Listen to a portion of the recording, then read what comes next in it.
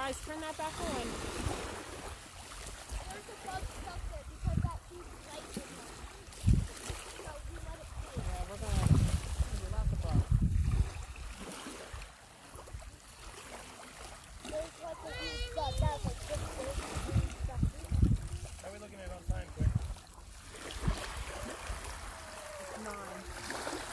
It's 9 already? How long are we going to sit out here? No, about a half hour. Yeah. It's nighttime.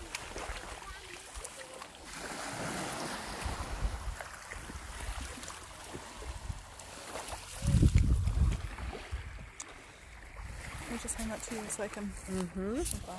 Yep.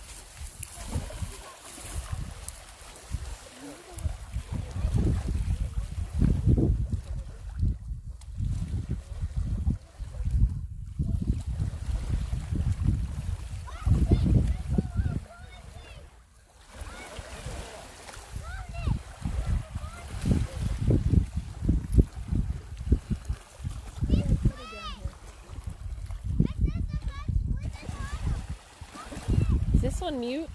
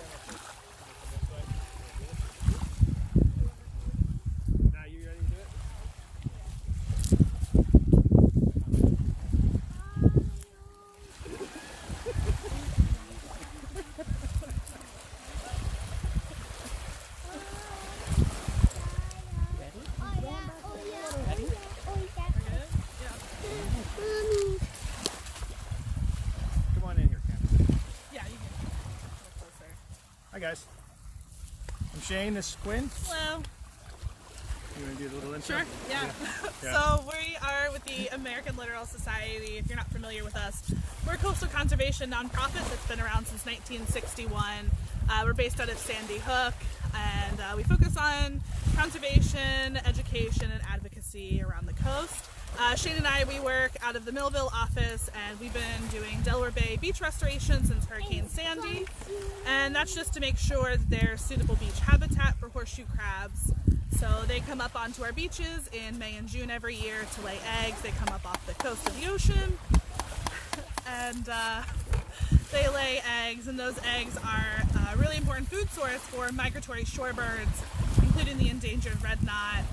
Some of these really long distance birds fly as far as from the tip of South America up to the Delaware Bay, where they'll spend about 10 days or so eating these horseshoe crab eggs, which will give them enough energy to continue up to the Arctic where they will breed. So we've been protecting this habitat for the last 6 years. And so one of the ways that we monitor the success of these projects is through tagging horseshoe crabs and counting them on our beaches. So we do this on 7 beaches throughout Cape May and Cumberland County on the New Jersey side of the Delaware Bay. So today we are actually at the southern end of Reed's Beach, which is in Cape May County. And it's very natty. It's very natty. If you've been on the bay,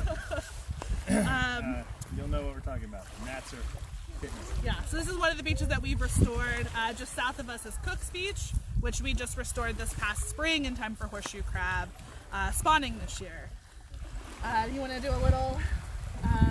Yeah, so each year we have volunteers come out with us to do the horseshoe crab tagging program.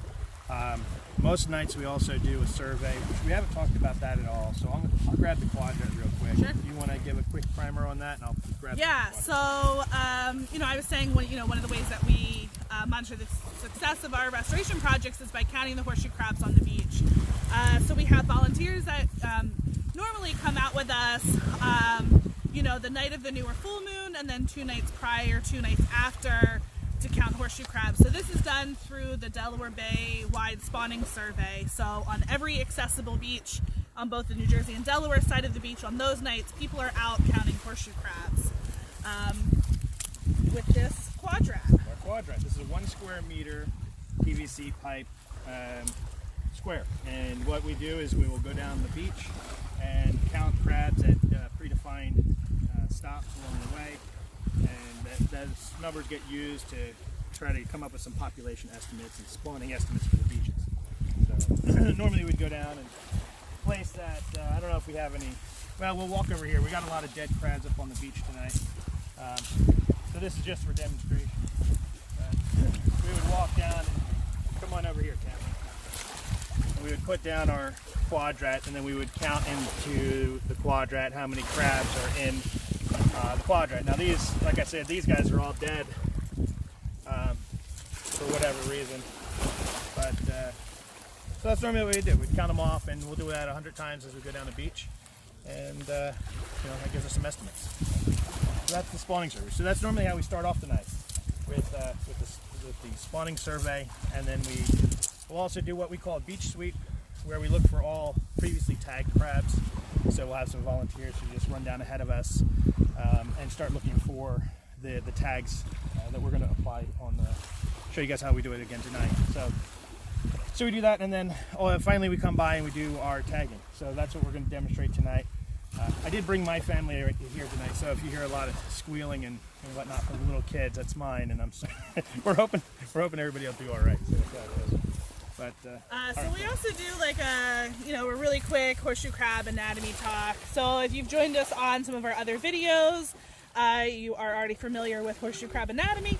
But if this is your first time joining us, this is the Atlantic horseshoe crab, or Limulus polyphemus. So horseshoe crabs are not actually crabs, although that's the term that's used, but they're actually more closely related to scorpions and spiders than they are to true crabs. So this is a male horseshoe crab, and the surefire way to tell that is by this very first pedipalp here.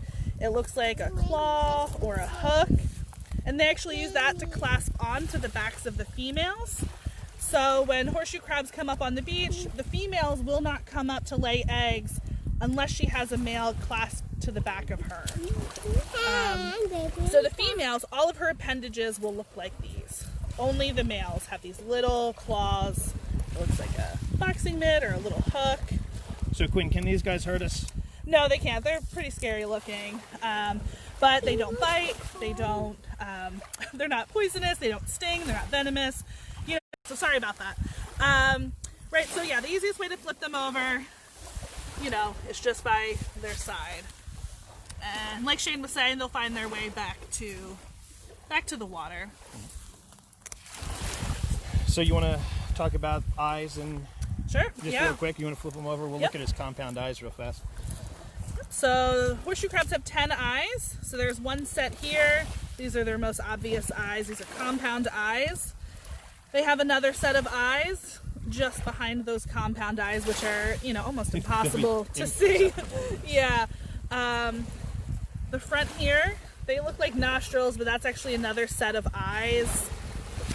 They also have eyes right near the chelicerae, or their feeding appendages.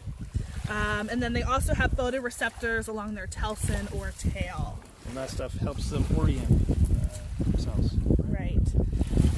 So their mouth is where these bristles are. It's below that.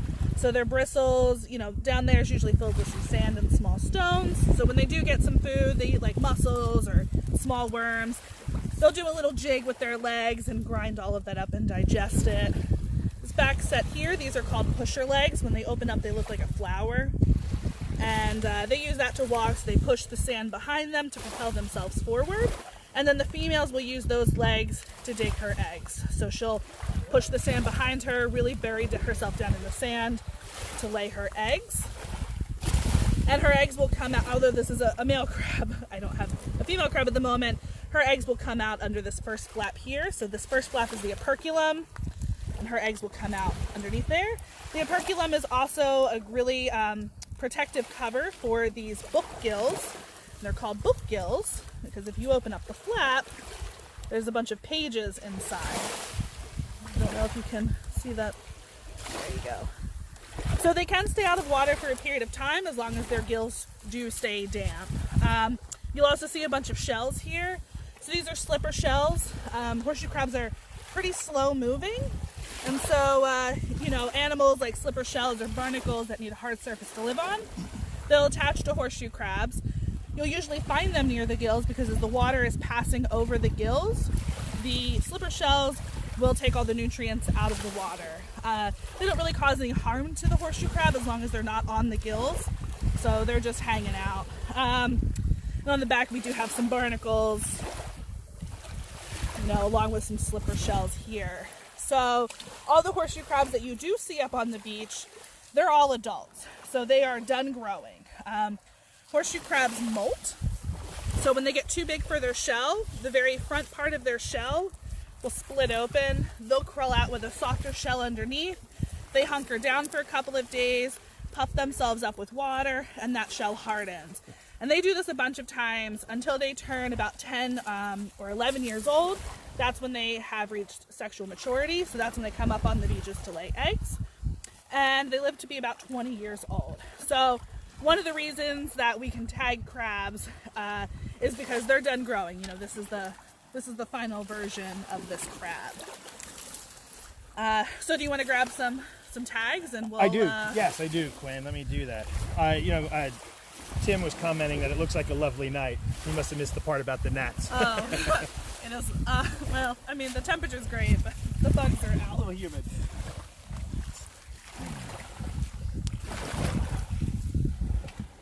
All right, Quinn.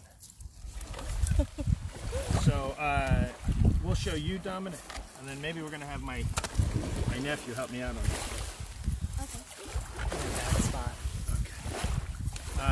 How do you want to do this, Quinn? You want to... Yeah, well, I mean, Dominic for sure should get in here and, yeah, I help need to out. move this way. So this slipper shell is right in the way of where we want to put the tag. So we're going to pop these off. They're just kind of suctioned on there. So we'll remove them so we can tag the crabs. Okay.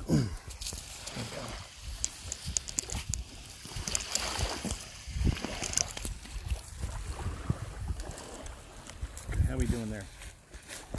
So, Dominic, I'll tell you what, you're going to put this tag in for me, okay? So I just saw a question real quick about whether or not they hurt with the tail. No, they don't hurt you with the tail. Their tail is really only to flip themselves over when they get stuck upside down on the sand. They're a little pointy, so you don't want to have it, you know, sticking you in the belly, but they're not going to hurt you.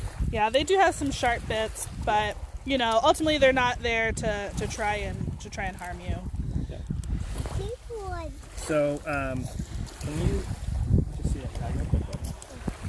All right, 511. All right, so each one of these tags is uniquely numbered, and what we do is we'll put a small hole into the side of the prosoma here on the horseshoe crab, and then we'll insert this tag.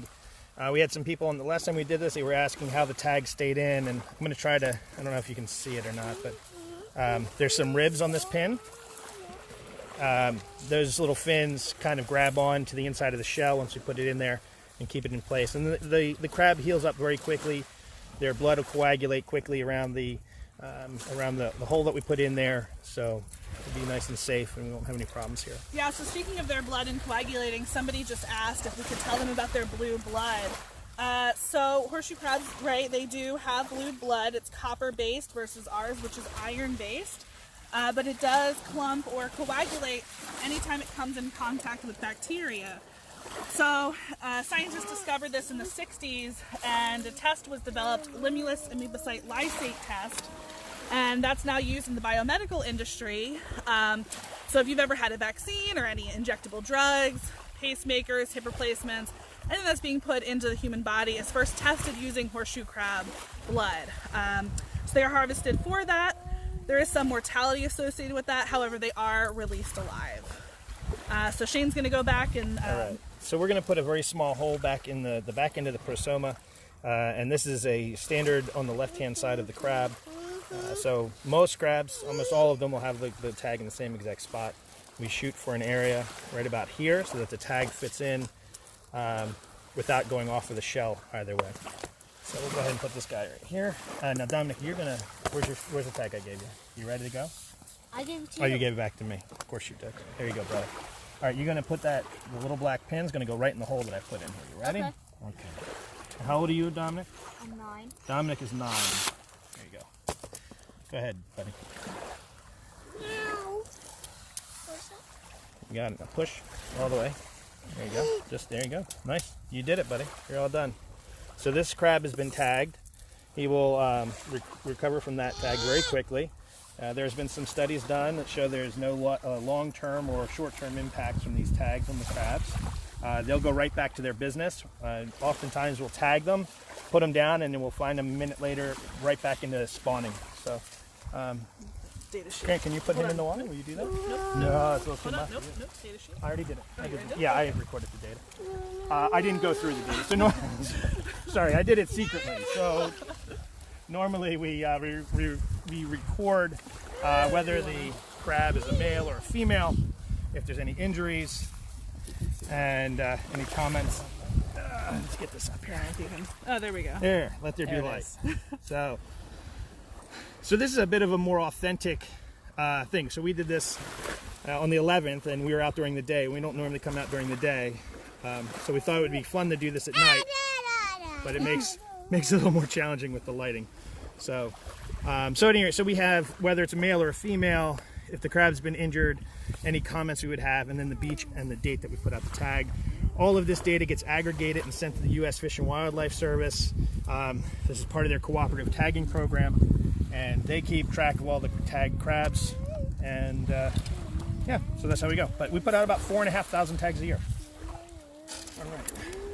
Should you do another one? Yeah, oh, for sure. All right. Let's see what we got. All right, so we're going to look at this one. We're going to see this is a male. We know that because of this. Get him back in the light here. That's claw, so we know it's a male. We do see an injury here. Chip out of the front. I guess I'm not really call that an injury. I think what we'll do is just note that as a comment as well. He's got some barnacles covering him. We generally try to clean them off if we can, if they're on their eyes. I have a little scraper I normally bring with me just for that purpose, but I don't think I brought it tonight, unfortunately, so we might not be able to clean him up. But we can get the tag out. Let's see. So we'll skip tagging this guy because his he's got these barnacles here, and I don't have a way to clean them off. So we're going to skip tagging this guy for now. Luckily, Quinn knew where to find another one. So this guy has a couple barnacles, not nearly as many as the last one. Some random things growing on them, sponges and sea lice and things like that. So again, we know this is a male. So 521, we'll say we'll mark this as a male. and he does not appear injured anywhere. Got all of his legs, all 10 legs. 1, 2, 3, 4, 5. 1, 2, 3, 4, 5. So we got all the legs, and so we'll go ahead and tag him on the back left corner. Can you put the tag in for me, bud? Let me. Actually, I'm going to use my drill bit to clean off these couple of. So somebody commented the other day that this drill is probably a little more than we need for this process, and I would agree. It just happens that this is what we started with. We've had these drills for a couple of years now.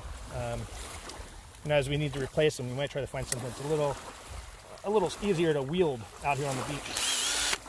So very quickly with the hole. Now it's important to note that we are putting a hole only on one. On the outside edge of his shell, so he's got sort of a double wall construction here, where his shell is hollow in between this side and that side, and we don't want to pierce the inside part of the shell if we can avoid that. So we'll put in that tag on that side, and we're all set. What else we got there, Quinn? Well, over here, I was talking about how the males clasp onto the back of the females, and that's what's going on here. So if you can look to see right underneath where the slipper shells are, you can see the male's claspers there, hanging onto the back. Right here. Right there, yep. So he's hanging on. You can also really note the size difference between the two horseshoe crabs. So the one at the very top, this is the female. The one on the bottom, that's the male. There's a pretty big size difference. And that's, what is that called, sexual dimorphism? Yes. Yep. Where they have different sizes. Oh, now this gal here, look at her tail. So we'll to do the tagging process, we'll take them apart and very quickly just shimmy his foot off, his clasper, the pedipalp there. We'll just shimmy that off of there. We'll separate them. And look at her tail. Look how short that tail is. So these tails, like Quinn had mentioned, are used to lever themselves over if they land on their back on the beach. But you can see how short that is. That's going to do her no good. And this is why we want to work very hard to not grab them by the tails, because if they're too short, it's not a good situation for them if they end up on their back. So, all right. So we're going to tag this set. Yeah. Mm-hmm. Okay. Dominic, you ready to tag? I'm going to take that light for you.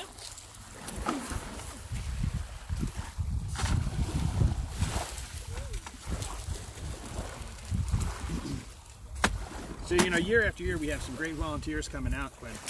How many do we have each year? Oh, we usually about anywhere between like 250 and 300 volunteers come out with us a year. We have like a lot of groups that come out, usually Girl Scouts, the New Jersey cause teams, that's through the Center of Aquatic Sciences in Camden. Usually the Philadelphia Zoo teen program comes out, Defenders of Wildlife, Philadelphia Zoo docents, several like Boy Scout and Girl Scout troops. You know, we really have a great set of volunteers that come out and join us every year. Unfortunately, this year they could not.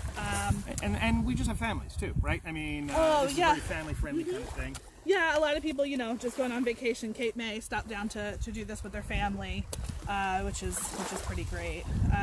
Try to make it as accessible as possible for the whole age range, right? Yeah, really the whole age range. Some nights it doesn't work at times, but no, it does not. So, all right, so you hang on to that one, buddy. I'm going to make some nets here. And okay. So, yeah. So there was a question about whether or not, you know, how we select the crabs for tagging. So we try and keep a ratio. Every 3 males that we tag 1 female. And that's just the recommended ratio that's provided from the U.S. Fish and Wildlife Service, which is a cooperative tagging program that we're a part of. That's not always the easiest thing to do. So we want to make sure that we are not disturbing the crabs while we are out here. So there are far more males out here tonight than there are females, Quinn. Can you tell us why that is?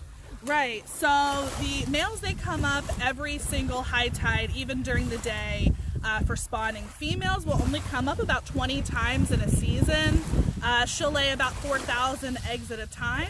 and she'll lay up to like 100,000 eggs in a season. But the males, they don't really have like a cutoff, so they're here every single high tide. When we are selecting crabs to tag, we do want to make sure that we're not disturbing them, we're not, disrupting their process.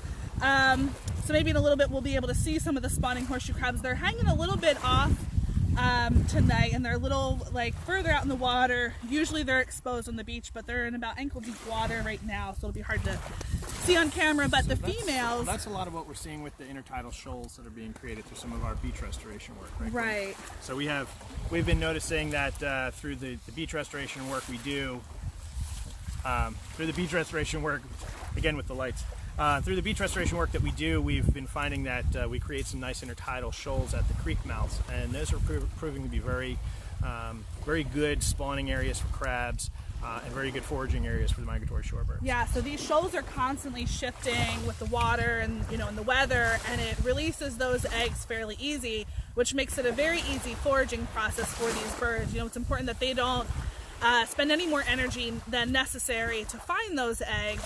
So by those shoals constantly moving, those eggs do get released quickly. So when we are selecting crabs, the female, when she's buried down, we do make sure that we're not disturbing her until she is done laying eggs. So if she's up and moving around, we'll go ahead and grab her to tag because we know she is done laying eggs. But if she is buried down in the sand, we just wait until she's done to make sure that she can complete that. Cool. All right, so we got 2 more crabs we'll do. How long have we been going, Quinn? 9:30. Yeah. Okay. Yeah. So we're going to start wrapping up soon, right? Yeah. Okay. Yeah. So we'll tag these guys and do a little spiel. Final remarks. Yeah. All right. Can you man the light here for me? Sure can. Okay. All right. So again, this is I've already recorded this data. Let me see that tag. Let me just make sure I didn't screw this up. All right. Perfect. Okay, so we've recorded the data. This is a male crab. Again, we look for that pedipalp in the front here. That's the only way we'll determine sex of the horseshoe crab when we're doing tagging. When we do the spawning surveys, we'll use sort of position in the group and relative size to the other crabs. Because again, we don't generally have the time, nor do we want to interrupt the spawning process, so we'll avoid flipping them. But at any rate, so here we're going to use always the pedipalp since we have them out, so we'll verify that way. You ready to go, buddy? All right, here we go. Shane, can you tell us a little bit more about that drill bit that you're using? Yeah, that's a 5/32 drill bit, and it has a stopper that's been welded onto it. Some people use corks and things like that, but it has a stopper that is less than 1/4 of an inch onto the tip of this drill. Camera person, can you see that at all? So we have a stopper built onto this drill bit that makes sure that we don't drill all the way through the crab accidentally. There's lots of ways you can do a stopper, but we had a great volunteer who came through for us and welded on some little washers onto these drill bits. So thank you very much for that. All right, so this guy's tagged, and then I will put him there, and we'll get to him in a second. All right, we're going to do this female, and I'm going to note that she has that short tail. Again, this one here, she had a stubby tail, and I don't know if it was broken or if she just has a generally small tail. It's her tail may be a little bit misformed. It's hard to know for sure. Now she does have some markings on her back if you want to get in a little bit closer to see that. Yeah. Now those aren't an injury, but that's actually from where the males have started rubbing up against, his shell rubbing up against hers as he's clasped onto the back. I will try to demonstrate here. So the older, the females that have been around longer, they really start to have a more worn out looking shell. So it's not an injury, right. But just, what normally occurs. And you'll start to see wear marks in the back of the epithosoma back here where the males grab on. I know that's going to be hard to see because I don't think we're going to focus well enough on that. But let's go ahead and, do I have another tag in your hand or no? Let's get you one in here. All right, what is that? All right, so this is going to be a female.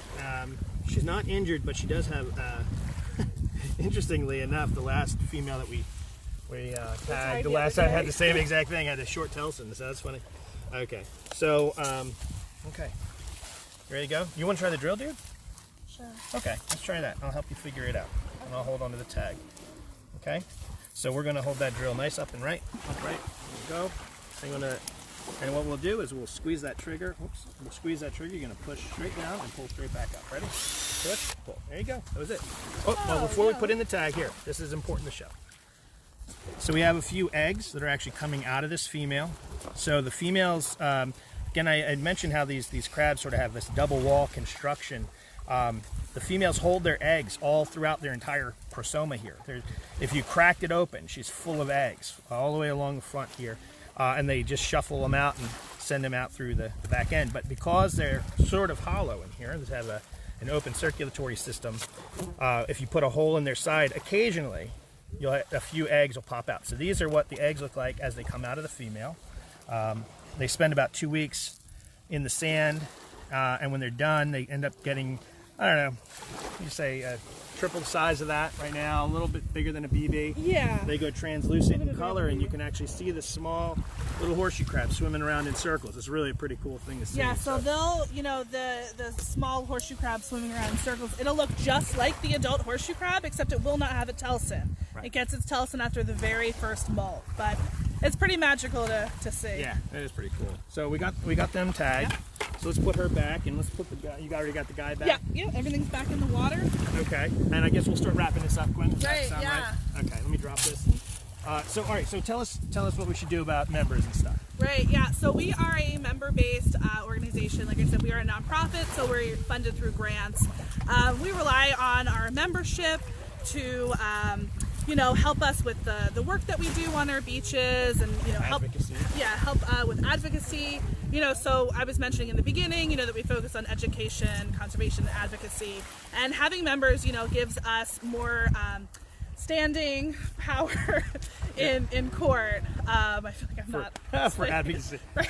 Yeah, so right. No, you're doing great. Right, so okay. That's perfect. So we are a member-based organization, and we do rely on members to help us do the work we do and to advocate for the coast and help protect it from harm. Yeah. So please consider becoming a member of the American Littoral Society. Yeah, so if you want more information on, you know, what the American Littoral Society has been doing, you know, more information about our beach restoration projects, or our horseshoe crab tagging program, or our fish tagging program, which is the largest volunteer citizen science program in the whole universe or something. In the whole universe, yeah. Yeah.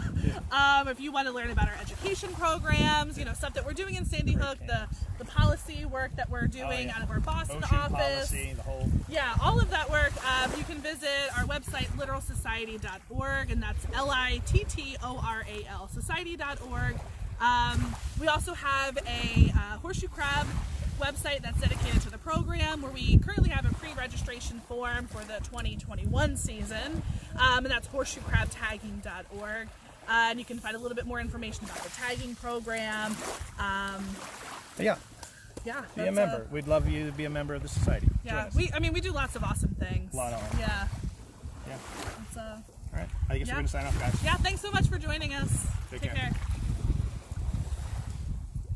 Okay, it's like 9:30 at night. I don't know how to explain policy. I haven't turned it off. Oh, it's not off. Oh. I'm not.